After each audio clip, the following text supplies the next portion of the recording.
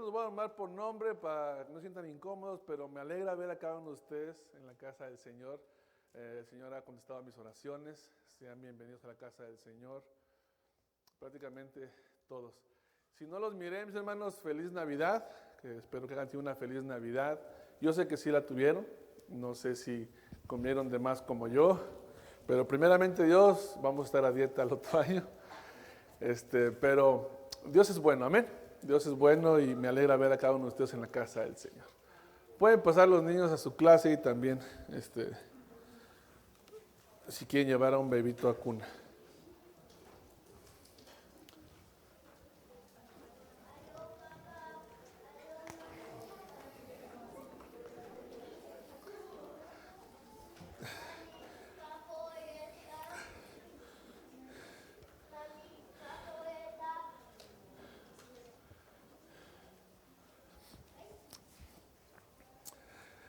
Mis hermanos, hemos pasado días de celebración, hemos pasado días de alegría, días de compartir con nuestros seres queridos, mi hermano, pero usted no se aflija, mi hermano, si usted dijo, bueno, yo nada más estuve con mi familia que es muy pequeña, o no estuve con mis hijos, no estuve con mi esposa, no importa.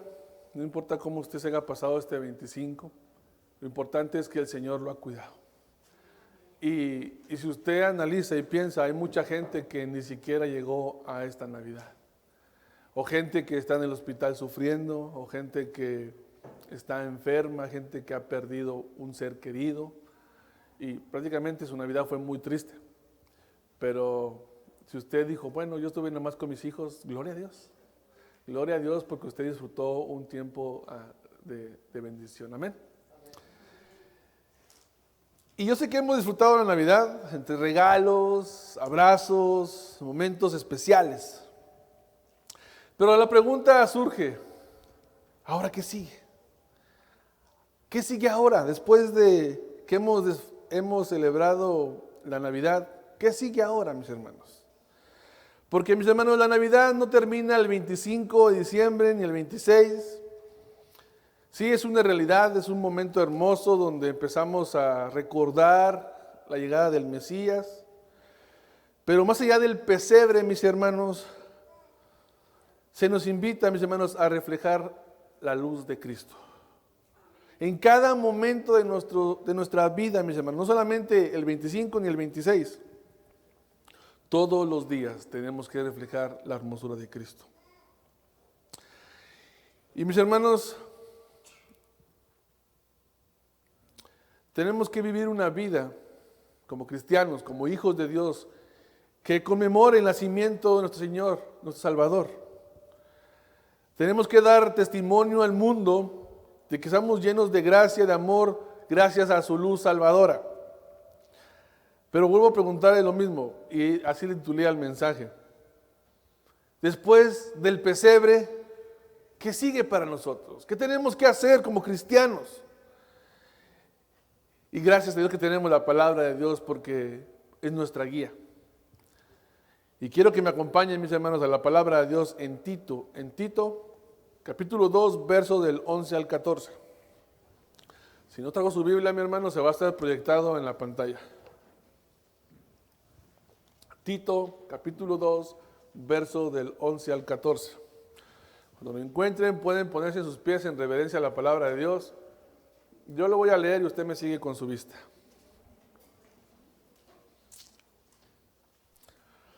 Tito, no Timoteo, Tito.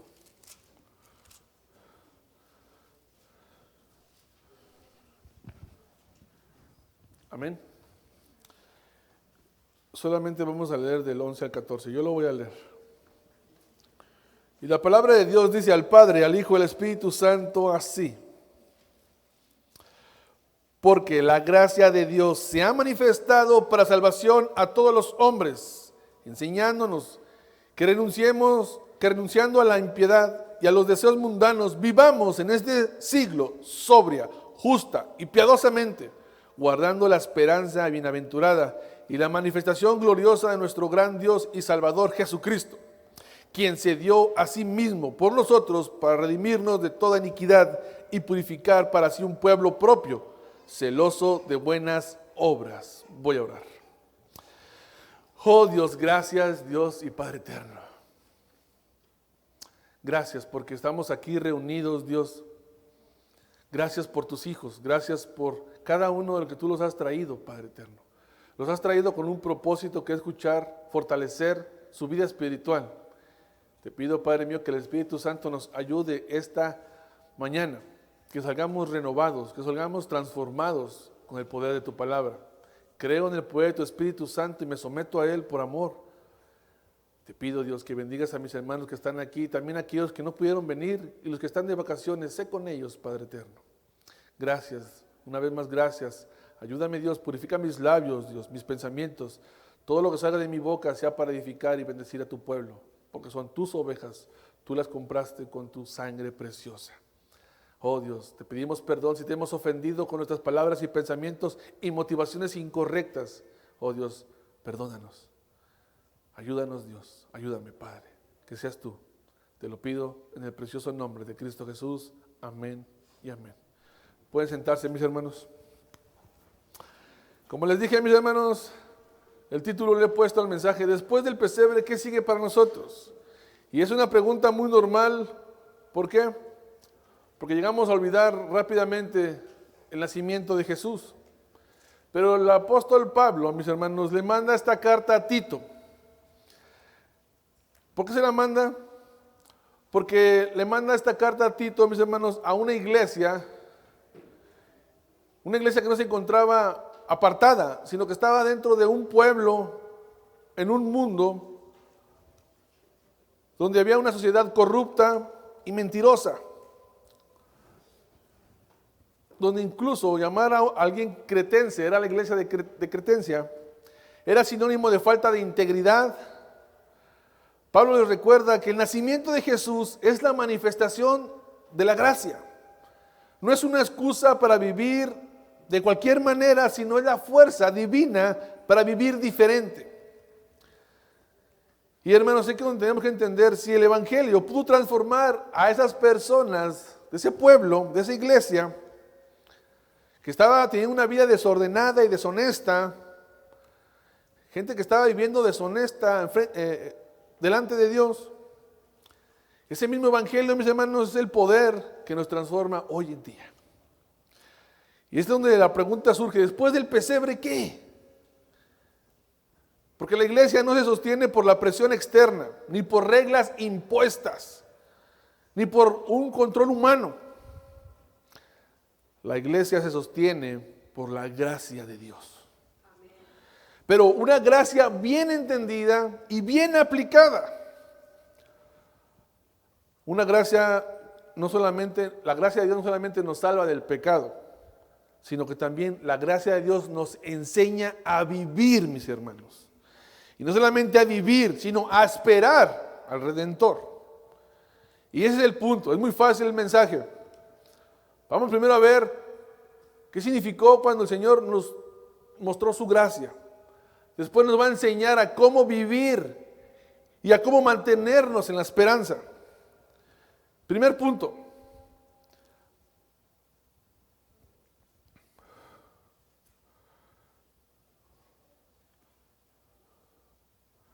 Primer punto, mis hermanos. Después del pesebre, la gracia nos alcanza, dice así. Porque la gracia de Dios, mis hermanos, es el origen de todo. Porque la gracia de Dios se ha manifestado para salvación a todos los hombres. La Navidad, mis hermanos, no comienza con el hombre buscando a Dios. No, es Dios buscando al hombre. Dios mostrando su gracia al hombre. Y la palabra de gracia, mis hermanos, significa un favor inmerecido, un regalo inmerecido, no ganado, no comprado. Es un acto de amor del Señor. Tenemos que recordar, mis hermanos, que nosotros seguimos a Cristo no por méritos propios, sino porque la gracia de Dios nos alcanzó. No fue algo que hayamos merecido ni algo que podamos ganar. Solamente el Señor decidió entregarnos la gracia salvadora. Y esto, mis hermanos, corrige cualquier tipo de legalismo en cualquier iglesia. Hay iglesias que te dicen, tienes que portarte bien para que Dios te ame. Pero también caemos en otro extremo, donde decir, bueno, como vivo bajo la gracia, no importa cómo viva, acabo que Dios ya me salvó. No, mis hermanos. La gracia bien entendida, la gracia verdadera, nos ayuda. No nos hace orgullosos ni nos hace descuidados. La gracia verdadera nos hace humildes y agradecidos. Amén. Y por eso dice la palabra de Dios, porque la gracia de Dios se ha manifestado, mis hermanos. La gracia de Dios, la verdadera gracia de Dios se ha manifestado. La gracia no fue una idea, la gracia es una persona y se llama Jesús. La gracia no se quedó en el cielo, mis hermanos, la gracia descendió, se hizo carne en un pesebre, se manifestó en un pesebre, pero se hizo carne en un bebé. Y la palabra se ha manifestado significa epifanía, en el griego, epifanía. Es aparecer de repente. Es como cuando sale el sol después de una noche de tormenta. Apareció de repente, la gracia de Dios apareció de repente, en el momento exacto. Descendió, Dios se encarnó. Pablo, mis hermanos, nos está diciendo claramente en ese texto que Jesús no fue un evento escondido sin importancia. Fue la irrupción de Dios en la historia humana. La oscuridad no se fue porque nosotros encendiéramos una linterna, sino porque el sol de justicia nació. Cristo nació, la luz verdadera nació. Y Jesús, mis hermanos, no solamente vino a enseñarnos, vino a mostrarnos cómo es Dios. ¿Y cómo es Dios, mis hermanos? Dios no es distante, Dios no es indiferente, Dios entró en nuestra historia, mis hermanos, para mostrarnos cómo realmente es el carácter de Dios. Así que, mis hermanos, para que usted entienda, la gracia de Dios tiene nombre, rostro y cruz. Y es Jesucristo, mi hermano. Amén. La gracia no es un concepto, no es algo teológico. La gracia es una persona y es Cristo. Es Cristo Jesús, mis hermanos. Hermanos, Dios nos envió, como quien dice, el manual de instrucciones desde el cielo. Ese momento donde nació Jesús en el pesebre es el momento de la gracia encarnada, la gracia revelada. Es como que el Señor dijo, ok, ustedes no pueden llegar a mí, yo voy a ustedes. Es un regalo que no merecemos, mi hermano, no merecemos la gracia salvadora, no merecemos al Jesucristo. Y Él decidió aún así darse a sí mismo. Pero tuvo un propósito para salvarnos. No solamente vino por venir, vino con un propósito. Lo hemos ya dicho varias veces. La Navidad, Jesús no vino para adornar la Navidad. Jesús vino para salvar. Salvarnos del pecado, salvarnos de la condenación, de una vida sin rumbo, mi hermano. Así que, mis hermanos, nunca olvide, cada diciembre, todos los días, nosotros no festejamos una tradición ni una costumbre más. Nosotros anunciamos la salvación, la gracia de Dios, que Jesucristo vino a salvar lo que se había perdido. Eso es lo que hacemos, mi hermano, cada vez que recordamos el nacimiento de Jesús. Mi hermanos, pero la salvación dice que descendió para todos los hombres. Una gracia disponible, mis hermanos, accesible. Esto no significa que salvó automáticamente a todos, no. Solamente nos dice, mis hermanos, que no queda, que es una invitación abierta. Una gracia alcanzable, mi hermano, una gracia que alcanza al religioso como al quebrantado, al fuerte como al cansado, a los que llevan años en la iglesia como al que llega por primera vez a la iglesia. Esa es la gracia salvadora, alcanzable para el hombre. La pregunta no sería, ¿qué tan bueno ha sido todo este año? La pregunta sería si usted ha abrazado la gracia que se ha manifestado. Porque dice la palabra de Dios, porque la gracia de Dios se ha manifestado, se ha hecho presente, es visible. Mi pregunta es, mi hermano, ¿usted ya ha abrazado esa gracia?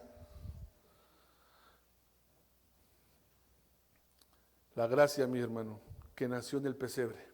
Jesús, que nació en el pesebre. El Salvador, que nació. Nos rescata, nos sostiene y nos prepara para algo más. Y es que quiero que entendamos esto, mi hermano. Y quiero que, si lleve usted a casa esto. Estábamos perdidos. Estábamos sin rumbo. El Señor mandó la gracia visible, que es Jesucristo, la salvación. Y todos sabemos, entendemos que fue por gracia. Pero pensamos que queda ahí. Ok, soy salvado por gracia y ya. No, mi hermano, la gracia también nos enseña a cómo vivir esta vida. Y también la gracia de Dios nos hace que seamos pacientes para esperar al Redentor. No solamente es una gracia salvadora, una gracia que nos enseña y nos hace pacientes. Y por eso el apóstol Pablo usa la palabra enseñándonos. En el original se refiere a una disciplina, una educación de un niño. La gracia de Dios, mi hermano, entienda, no solamente nos salvó del pasado, sino que se convierte en nuestra maestra personal para educar nuestro carácter todos los días. Entonces, para que vayamos entendiendo el mensaje, hemos recordado el nacimiento de Jesús. Llegó la gracia encarnada. ¿Ahora qué sigue? Sigue aprender cómo tenemos que vivir. Y eso lo hace por medio de la gracia de Dios. Segundo punto. Después del pesebre, la gracia nos enseña a vivir. Después de que el apóstol Pablo les recuerda que llegó una salvación asombrosa, en el verso 12 nos dice, ¿cómo tenemos que hacer esto? ¿Cómo tenemos que empezar? Y dice en el 2:12, enseñándonos que renunciando a la impiedad y a los deseos mundanos, vivamos en este siglo sobria, justa y piadosamente. Este es el manual, mi hermano. Después de que usted haya visto al Señor Jesús, ahora ¿qué tiene que hacer? Esto tiene que hacer. Después de que miramos en el verso 11 el regalo perfecto, el verso 12 nos dice el manual del entrenamiento. La gracia, mi hermano, no es un sofá. La gracia de Dios no es un sofá donde usted se va a recostar y descansar y sin hacer nada. No, mi hermano, la gracia no funciona así. La gracia es una escuela para aprender. Y en el verso 12 nos da dos movimientos de la gracia. Uno, lo que dejamos atrás. Nos dice la palabra de Dios, enseñándonos, renunciando a la impiedad y a los deseos mundanos. La gracia nos va a enseñar, mis hermanos, un nuevo idioma. Nos va a enseñar a cuándo decir sí y cuándo decir no. Pero usted tiene que estar atento a la voz de Dios. Vamos a aprender un nuevo idioma, mi hermano. La gracia nos va a enseñar a decir no al pasado, que es la impiedad, y a decir sí a un presente con un propósito. Hermano, si usted ha recibido la gracia salvadora, pero usted no está siendo transformado, el problema no es la gracia. El problema es que usted no se ha rendido a la gracia salvadora. Lo voy a volver a repetir más despacio. Hermano, si usted ha recibido la gracia, escuche, pero usted no está siendo transformado, el problema no es la gracia. El problema es que usted no se ha rendido a la gracia salvadora. Porque el apóstol nos dice, renunciando, es un acto intencional, mi hermano. No es algo pasivo. Usted decide renunciar. La gracia nos convence y nos capacita. No es solamente dejar el pecado por el castigo. Es dejar el pecado porque ha encontrado algo mejor, que es Cristo Jesús. Hermano, el valor de decir no, renunciar. La gracia nos enseña, en el griego significa cortar por lo sano. Un hijo de Dios no juega con el pecado, lo abandona. Y a veces queremos, mis hermanos, evangelios ligeros, evangelios light, donde queremos a un Salvador que nos lleve al cielo. Yo quiero un Salvador que me lleve al cielo, pero no quiero a un maestro que me diga cómo tengo que vivir esta vida. Y eso no funciona así, mi hermano. Hermanos, Dios no escribió su ley, dice un comentario, Dios no escribió su ley en tablas, Dios no escribió su ley en tablas de piedra para que nosotros las convirtamos en papel mojado. Y a veces queremos una ley así, que la podamos quebrar cuando queramos, como nos convenga. Y es una exhortación muy clara, mi hermano. Renunciando a la impiedad. ¿Qué significa eso? Vivir sin Dios. No solamente es un pecado abiertamente, es vivir sin el temor reverente de Dios. Es tomar decisiones donde no has consultado a Dios, ni lo has considerado. Impiedad, mi hermano. Una vida sin reverencia a Dios, una vida sin dependencia de Dios, una vida sin temor de Dios, una vida donde el yo ocupa el lugar que Dios debe de tener. Por eso está diciendo el apóstol Pablo, renunciar a toda impiedad. No solamente es vivir mal, que también eso es malo, es pecado. Es vivir sin que Dios sea el centro de tu vida. Es cuando el corazón deja de depender totalmente del Señor. Cuando vivimos una religión por costumbre y todo se hace rutina, pero Dios deja de ser el centro de tu vida. Impiedad, mi hermano, es vivir, escuche, impiedad, es vivir como si Dios no estuviera presente. Eso es impiedad, mi hermano. Cuando usted vive como si Dios no estuviera. Yo cuando predico, mi hermano, tengo un temor reverente al Señor, porque a veces es como que yo estoy viendo a Jesús escuchándome predicar. Miedo, hermano, a decir algo que no agrade al Señor. Dice el hermano Terry, no hagas llorar a Cristo. Cuando prediques, no hagas llorar a Cristo. Eso es cuando nos olvidamos de que Cristo está presente, hacemos lo que queramos. Eso es vivir en impiedad. Se nos olvida que el Señor está en todas partes, en todos momentos. Cuando nadie te ve, Cristo está ahí contigo. Ahí está el Señor. También nos dice renunciar a los deseos mundanos. No simplemente es renunciar a cosas malas o placer. Cuando la Biblia nos dice deseos mundanos, mis hermanos, nos refiere también a anhelos desordenados que nacen del corazón. Son deseos que prometen llenar, pero nunca satisfacen. Placer, éxito, pero sin dependencia del Señor. Entonces, deseos mundanos no solamente digan, bueno, yo no tengo ningún deseo mundano y usted puede decir, yo estoy bien delante del Señor. No siempre se refiere a cosas malas. También puede ser amor desordenado por el dinero, placer sin límites, éxito sin santidad, comodidad antes de obediencia. Porque a veces, mi hermano, siendo ya cristianos, vivimos tan obsesionados con tener más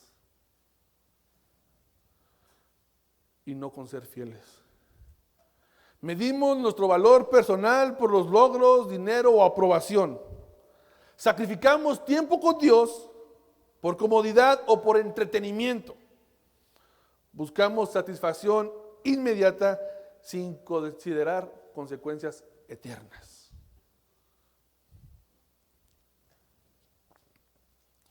Los deseos mundanos, mi hermano, no son solo lo que el mundo ofrece, son lo que el corazón exige cuando se desconecta de Dios.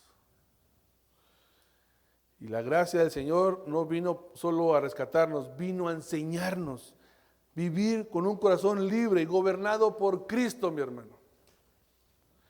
Entonces, ya hemos entendido la gracia salvadora.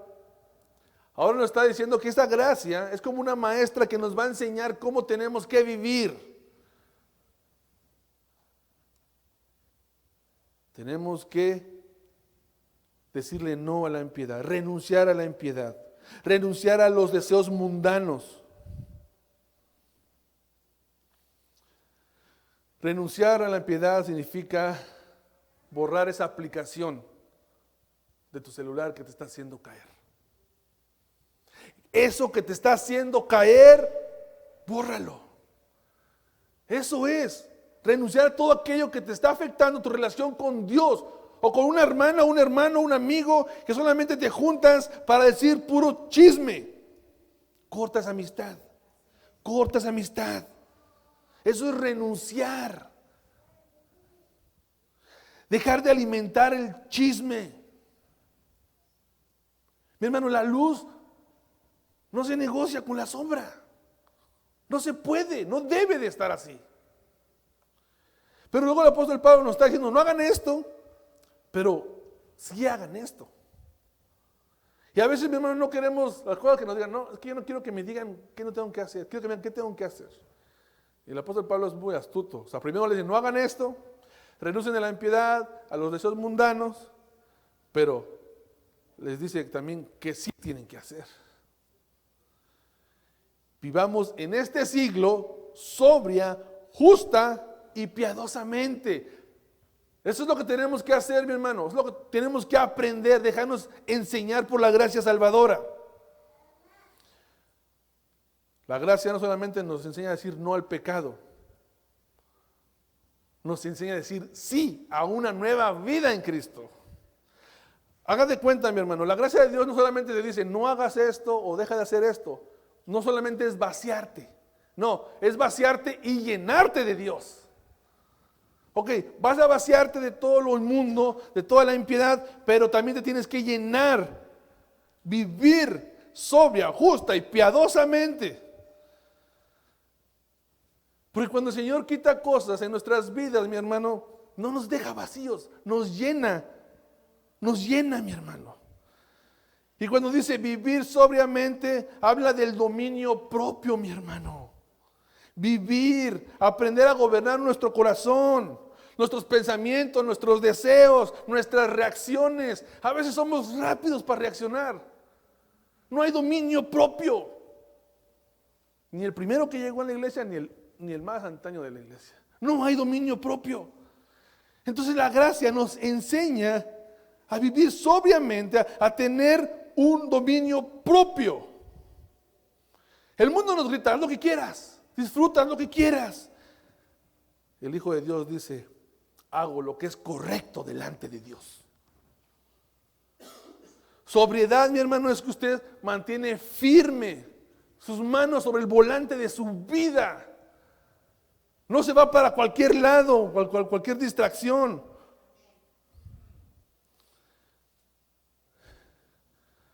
No vivimos esta vida idealmente ni en teoría. La vivimos en este siglo presente, en medio de una cultura que no honra a Dios. Y también, mis hermanos, el apóstol nos dice vivir justamente. Eso habla de lo exterior, la integridad de los hijos de Dios. En todas nuestras relaciones, mi hermano, en el trabajo, en la casa, donde quiera que andemos, porque es muy fácil ser cristianos dentro de la iglesia. El reto está afuera. El reto está en el trabajo, el reto está en la gente que no conoce del Señor. Allí, por eso dice el Señor, vivir justamente. Cuando se te presenta una oportunidad de ganar dinero extra, fácil decir, aunque tenga que hacerlo, que no se entere el jefe, meter horas extras. No, mi hermano, los hijos de Dios vivimos íntegros. No solamente aquí en la iglesia, sino también en el trabajo, donde quiera que andemos, tenemos que vivir justamente. La justicia cristiana se ve en la honestidad en los negocios, en la rectitud del trabajo, palabra fiel y cómo trata a las demás personas. Mi hermano, usted es luz de Cristo, pero no es nada más de labios. Se refleja en su manera de vivir. Su manera de vivir habla más que lo que usted dice. Y por eso el apóstol Pablo nos está diciendo, tienen que vivir íntegramente, una justicia perfecta, que es la de Cristo Jesús. Y también nos dice, vivir piadosamente. Esto habla una justicia delante del Señor. Es vivir piadosamente, es vivir que usted tenga presente, mi hermano, que usted está delante de los ojos de Dios. Todos los días, 24/7. Los puritanos le llamaban el coram deo, vivir siempre delante del rostro de Dios.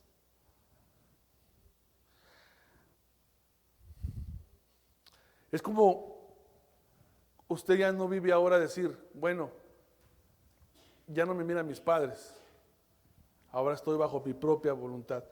Pero si usted es cristiano, usted tiene que decir, ahora vivo delante de Cristo, delante de Dios. Él me observa las 24 horas al día. Y usted no vive o no agrada al Señor por miedo al castigo. Usted agrada y vive delante de Dios bien por amor a lo que hemos visto, recordando el sacrificio de Cristo. Mi hermano, la gracia de Dios no solamente nos salva, nos enseña cómo tenemos que vivir. Justa, piadosamente. Vivir en rectitud delante de Dios. No apariencia religiosa, una vida rendida, consciente, que estemos conscientes que estamos en la presencia de Dios, de un Dios santo, santo, santo, mi hermano.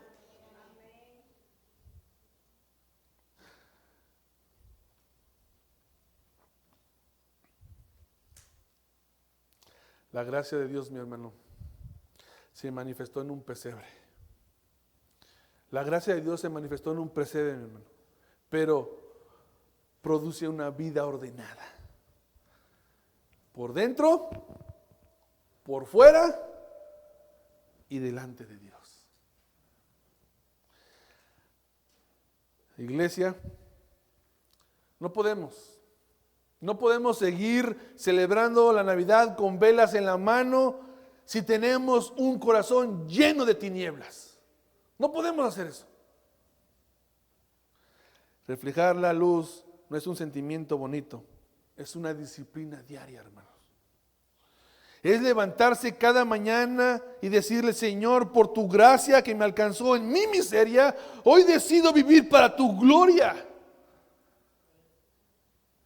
Porque nosotros no merecemos ser justificados. No somos mejores que los de afuera. Es en la pura misericordia del Señor que nos ha dado vida. Que no se nos olvide de dónde el Señor nos ha sacado.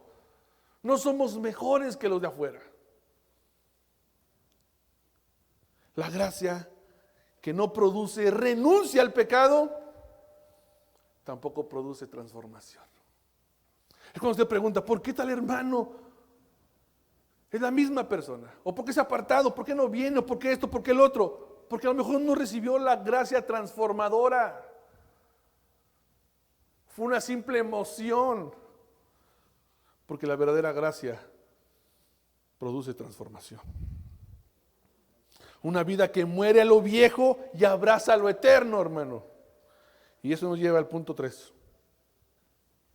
Aguardando la esperanza bienaventurada y la manifestación gloriosa de nuestro gran Dios Salvador Jesucristo. Como hijos de Dios, mis hermanos, no podemos mirar la gracia de Dios como algo que pasó. Oh, estuvo muy bonito, la salvación nos salvó, vino el Mesías, y nos quedamos como que algo en el pasado. No, mis hermanos, no fue tan sencillo como parece. Sí, es bonito recordarlo con gratitud, es muy bonito, pero la gracia no solamente nos recuerda que Cristo ya lo hizo, también nos enseña que tenemos que mirar a lo que Cristo va a hacer, mirar hacia enfrente. Esto nos recuerda, mis hermanos, que tenemos una esperanza viva. Es levantar nuestros ojos, mis hermanos, mirar el cielo y esperar al Mesías, esperar al Redentor. No es esperarlo con ansiedad, con miedo, no, es con un anhelo profundo del regreso de Cristo. ¿Y cómo tenemos que hacer, mis hermanos? Viviendo en santidad. Viviendo en santidad, porque sin santidad nadie verá al Señor, mi hermano. Eso es claro, eso no ha cambiado. La gracia de Dios no es licencia para pecar. Y a veces hemos entendido mal eso. Soy salvado por gracia. Acabo que la gracia, no, mi hermano, la gracia transformadora te hace vivir en santidad. También, mis hermanos, nos recuerda, mi hermano, algo hermoso. Y esto es para todos.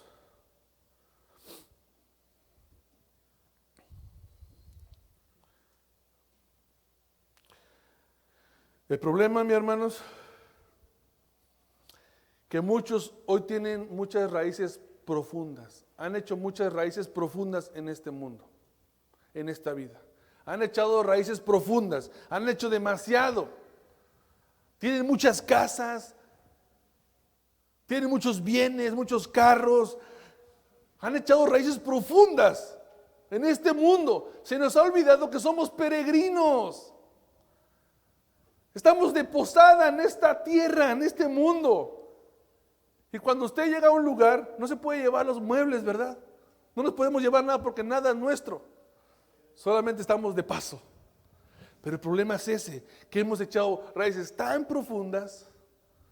Es que ya tengo mis 3 casas, mis 5 casas, mis carros, ya estoy listo para el retiro. Señor, no vengas pronto, quiero disfrutar todo lo que he cosechado. Y digo, y no está mal. No está mal hacer un futuro.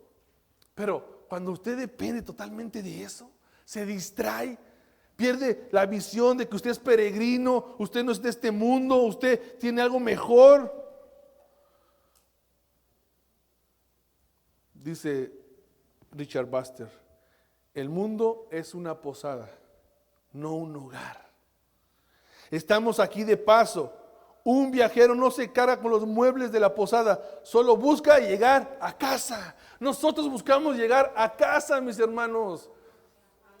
Pero a veces hemos aventado tantas raíces profundas, que cuando hablamos de que venga Cristo, como que ahorita no. Después. Es que ahorita tengo muchos planes para mi futuro. No, mis hermanos, que no se nos olvide que estamos de paso en este mundo. Estamos de paso, mis hermanos, no pertenecemos a este mundo. Y en el verso 14, mi hermano, vamos a ir cerrando. Quien se dio a sí mismo por nosotros para redimirnos de toda iniquidad y purificar para sí un pueblo propio, celoso de buenas obras. Subraya esa palabra, celoso de buenas obras, mi hermano. Hermano, estamos sellados por el Señor. Somos propiedad privada, como quien diga, para que usted entienda. ¿Por qué? Porque el Señor se dio a sí mismo, nos compró con su sangre. Esto nos recuerda, mis hermanos, el costo de nuestra salvación. No fue plata ni oro, fue la sangre del Hijo de Dios. Él no estimó su propia vida en rescate por nosotros, mi hermano. Él nos dio su vida para pagar nuestro pecado. Es como tenemos que entender, ¿cómo nos atrevemos a pecar contra Dios después de que hemos entendido el sacrificio? Es como decirle, Señor, tu sacrificio no me importó. No me importó que hagas pagado por mí, no me importó. Y sigo jugando en el lodo, sigo divirtiéndome en el lodo. Cuidado, mi hermano. Cuidado cuando usted es un hijo de Dios y está jugando con el pecado. Es como que usted le está dando una bofetada al Señor y decir, Señor, tu sacrificio no me importa. Un pueblo celoso de buenas obras. Él los compró, mis hermanos, un pueblo apartado, mi hermano, celoso de buenas obras. No solamente es hacer el bien por compromiso, por religión o por rutina. No, mis hermanos, celoso significa apasionado. Un verdadero hijo de Dios se apasiona por servir, se apasiona por perdonar, se apasiona por ayudar. No es una fe fría, es una fe encendida, mi hermano. Apasionado, celoso de buenas obras, amante de las buenas obras. No se le tiene que estar rogando, hermano, ayúdeme, por favor, por la misericordia de Dios, ayúdeme. No, mi hermano, está ansioso por servirle al Señor, por agradarle al Señor. No lo andamos correteando.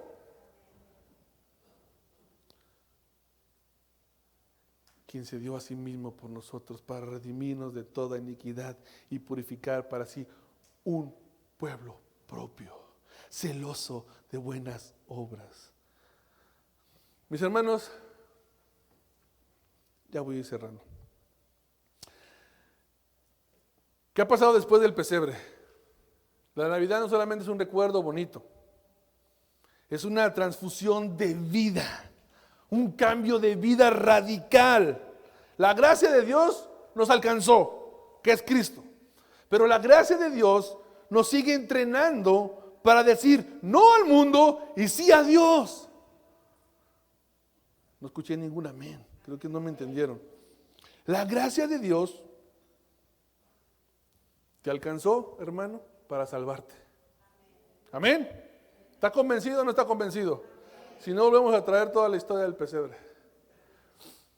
Pero también la gracia de Dios te está entrenando ahorita mismo para decirle no al mundo y sí a Dios. Amén.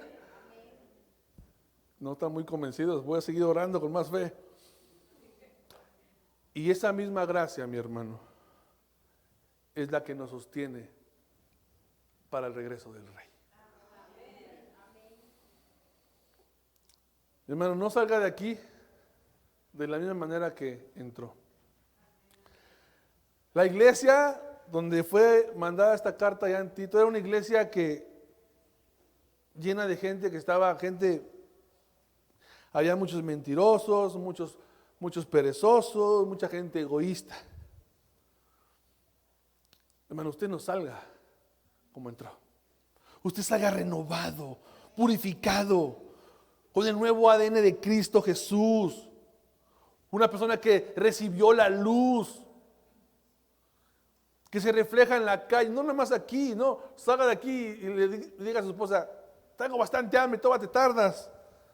No, mi hermano, salga diferente, salga renovado, transformado, lleno del Espíritu Santo. Vaya al restaurante y no se enoje con el mesero, usted sea luz, que se tarde. Usted es diferente, mi hermano, usted no es como el mundo. No se nos olvide el ADN transformador. La gracia salvadora nos transforma, nos ayuda a vivir, a ser diferentes. Si no, ¿de qué sirve, hermanos? ¿De qué sirve que estemos aquí? ¿De qué sirve que le clamemos al Señor, que le cantemos con todo el corazón? Si allá afuera no somos diferentes. Somos igual que el mundo, hasta peor. No, son cristianos. Y eso que son cristianos, y eso que van a la iglesia. No, mi hermano, nosotros somos diferentes. Que el mundo vea que Jesús realmente nació, pero que nació en su corazón, mi hermano. Póngase de sus pies.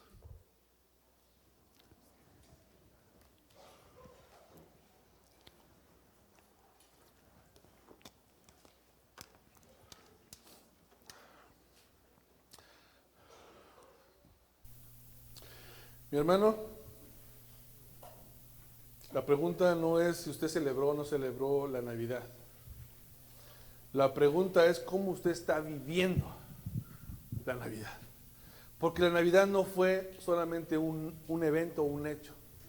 La Navidad es una forma de vivir como hijos de Dios. La gracia ya se manifestó, hermanos. Nos alcanzó cuando no la estábamos buscando. Nos salvó cuando no podíamos salvarnos. Pero esa misma gracia hoy nos examina. ¿Estamos viviendo agradecidos por lo que Cristo hizo? ¿Formados por lo que Cristo está haciendo? Y orientados por lo que Cristo va a hacer. Porque la gracia vino en humildad, mi hermano, pero volverá en gloria. Jesucristo vino en humildad, pero regresará en gloria, regresará en poder. Lo espera.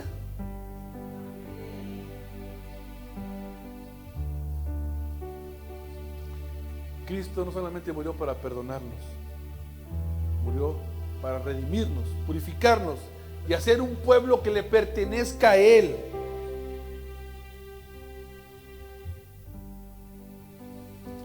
Cierra tus ojos, mi hermano. Cierra tus ojos y autoexamínate esta tarde.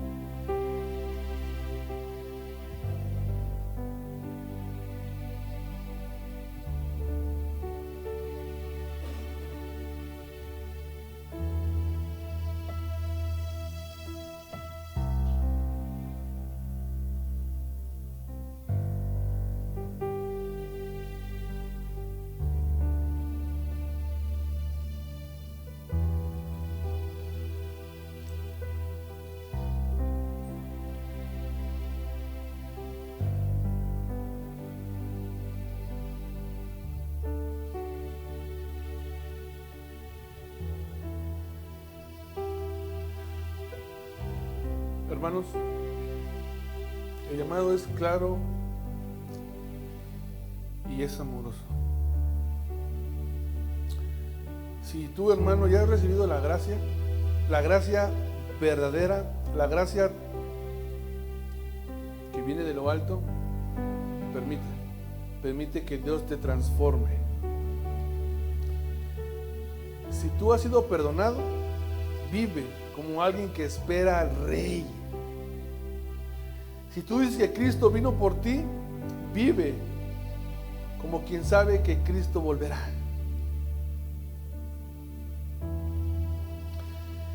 Que no se diga, mis hermanos, que nosotros celebramos el pesebre, pero que estamos distraídos, estamos despistados. No, que se diga que somos un pueblo que vive sobria, justa y piadosamente, aguardando la esperanza bienaventurada.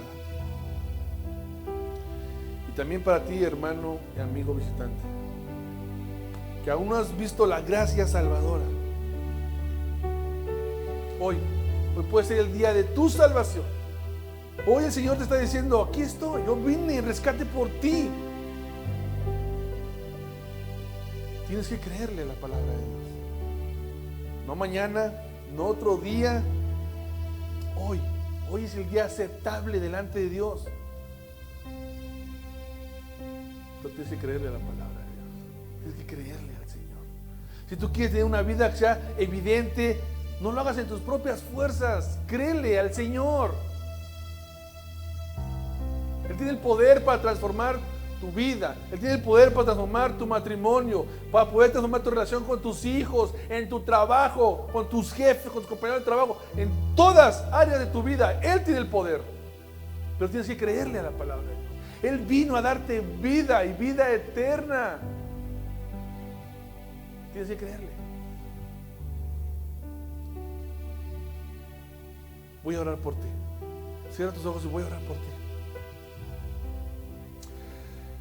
Oh Dios, tu palabra es clara. Tu palabra es dura, pero al mismo tiempo es tan deliciosa, que nos consuela, que nos fortalece. Padre, gracias. Gracias por Jesucristo. Gracias por ese regalo inmerecido. Gracias por la salvación, Padre. Gracias por la gracia, que es tu Hijo. Gracias. Aunque a veces no entendamos, ni lo vamos a entender, ¿qué viste en nosotros? Solamente ayúdanos a vivir agradecidos, Padre, a vivir en santidad justa y piadosamente. Ayúdanos, Dios, a no vivir como el mundo lo hace. Purifica nuestros pensamientos, purifica nuestras palabras, nuestras motivaciones incorrectas. Pero sobre todo, Padre, me te pido por aquel amigo y hermano que ha escuchado este mensaje. Oh Dios, ya no tiene excusa delante de ti, Padre eterno. Ya no tiene excusa de que yo no sabía, nadie me dijo nada. Dios, ten misericordia de él y dale la oportunidad de que te conozca. Entra en su corazón, dale un corazón de carne que lata y que viva por ti, Padre eterno. Lo pongo en tus manos, Dios, para que hoy salga diferente. No en sus fuerzas, no en sus méritos, sino en Cristo Jesús. Lleva con bien a tu iglesia, a tus hijos, Padre mío, a sus casas, a sus hogares. Pero que no olviden, Padre mío, que tenemos que vivir bien delante de ti. Estamos ante tus ojos todos los días. Nada es oculto de ti, Padre eterno. Tú lo sabes todo. Bendice a mis hermanos, amigos, Dios.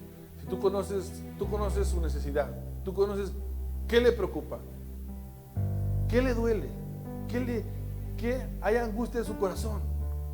Ten misericordia, Padre eterno, y dales la paz que proviene de ti. Una paz que sobrepasa todo entendimiento, una paz que proviene de lo alto, la seguridad de que tú estás bajo control. Y tú eres un Dios bueno, un Padre eterno. Lleva con bien a tus hijos, Padre. Pero por favor, Padre eterno, que nunca se nos olvide que tú vas a regresar pronto. Gracias, Dios. Te lo pido en el precioso nombre de Cristo Jesús. Amén y amén. Amén, mis hermanos. Dios me les bendiga. Nos esperó el miércoles, mi hermano, el último servicio del año.